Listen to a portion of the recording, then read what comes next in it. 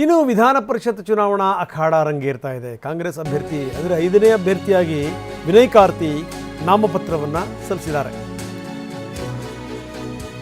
ಕಾಂಗ್ರೆಸ್ನಿಂದ ವಿನಯ್ ಕಾರ್ತಿಕ್ ಅವರನ್ನ 5ನೇ ಅಭ್ಯರ್ಥಿಯಾಗಿ ಕಣಕ್ಕಿಳಿಸಲಾಗಿದೆ. ವಿನಯ್ ಮುಖ್ಯಮಂತ್ರಿಗಳಿಗೆ ತುಂಬ ಆತ್ಮೀಯ.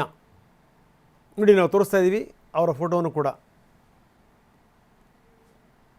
ನಾವು ತೋರಿಸ್ತಾ ಇದ್ದೀವಿ.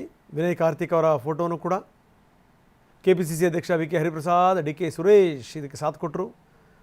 ಈ ಸಂದರ್ಭದಲ್ಲಿ ಭೈರತಿ ಸುರೇಶ್, ಪರಿಷತ್ ಸದಸ್ಯ ಸಲೀಂ ಅಹಮದ್, ಶಾಸಕರಾದ ಶರತ್ ಬಚ್ಚೇಗೌಡ, ಬಾಲಕೃಷ್ಣ, ರಿಜ್ವಾನ್, ಅರ್ಷದ್ ಕೂಡ ಜೊತೆಗಿದ್ದರು. ಇನ್ನು ನಾವು ತೋರಿಸ್ತಾ ಇದ್ದೀವಿ ನಿಮಗೆ ಸ್ಕ್ರೀನ್ನ ಮೇಲ್ಭಾಗದಲ್ಲಿ ಅದರ ವಿವರಗಳು, ಸ್ಕ್ರೀನ್ನ ಎಡಭಾಗದಲ್ಲಿ ಕೈ ಅಭ್ಯರ್ಥಿಗಳು ಯಾರ್ಯಾರು, JDSನ ಅಭ್ಯರ್ಥಿಗಳು ಯಾರ್ಯಾರು, BJP ಅಭ್ಯರ್ಥಿಗಳು ಯಾರ್ಯಾರು, ಅದರ ವಿವರಗಳನ್ನು ನಾವು ನಿಮಗೆ ತೋರಿಸ್ತೀವಿ. JDS ಅಭ್ಯರ್ಥಿಯಾಗಿ ಗೋವಿಂದರಾಜು ನಾಮಪತ್ರವನ್ನು ಸಲ್ಲಿಕೆ ಮಾಡಿದ್ದಾರೆ. ವಿಧಾನ ಪರಿಷತ್ ಚುನಾವಣೆಗೆ JDS ಅಭ್ಯರ್ಥಿ ಕಣಕ್ಕಿಳಿದಿರೋದು. ನಾಮಪತ್ರ ಸಲ್ಲಿಸಿದ್ದಾರೆ ಮಾಜಿ MLC ಗೋವಿಂದರಾಜು. JDS ಶಾಸಕಾಂಗ ಪಕ್ಷದ ನಾಯಕ ಸುರೇಶ್ ಬಾಬು, ಹರೀಶ್ ಗೌಡ, ಬಾಲಕೃಷ್ಣ, ಶಾರದಾ ಪೂರ್ಯಾ ನಾಯಕ್ ಈ ಸಂದರ್ಭದಲ್ಲಿ ಉಪಸ್ಥಿತರಿದ್ದರು.